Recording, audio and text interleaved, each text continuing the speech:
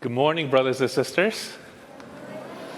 Wow, it sounds like no one's awake. Good morning, brothers and sisters. Good morning. Good enough. So today, in our reading of our gospel, we see the journey that Jesus went through so far. And today, we see Jesus acting in a particular way. Because for us, we're told, or I don't know about you guys, but when I was younger, I was told it could be bad if we hold secrets from other people.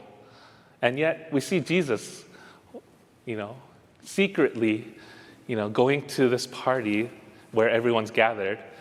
But then at the same time, Jesus knows that if he goes to the party, it's going to be very dangerous for him, because there are a lot of people who are trying to get him at this time, because he is breaking all the laws, doing things that people don't like.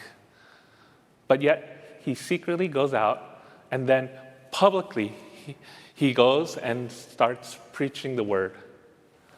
So, for us, what does this mean for each and one of us? Or, before that, we ask the question, why is Jesus being so secretive? Because we're asked to imagine that in this perspective. Who loves surprise parties? Raise your hand.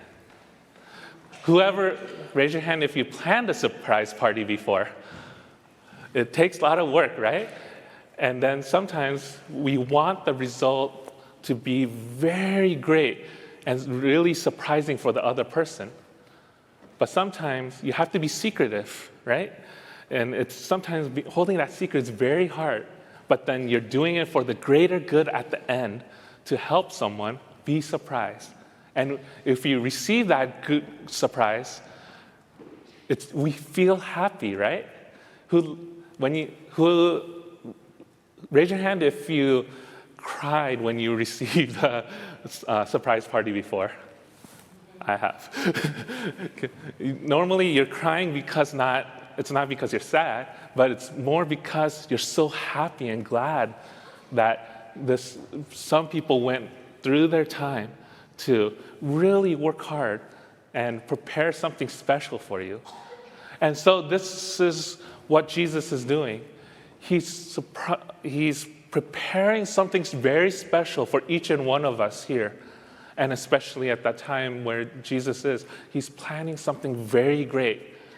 And at the same time, he's keeping it secret because he doesn't want everyone to know about what he's planning to do. And yet, even though he's being bombarded and being attacked, he still perseveres and goes out and then try to do the good thing. So what is the lesson for us today? Sometimes when we do good things, we don't do good things so that we get public acknowledgement. Sometimes we do the good things because it's the right thing to do. And usually when we do something good for others, we're doing it for the others, not to get recognition for ourselves, right?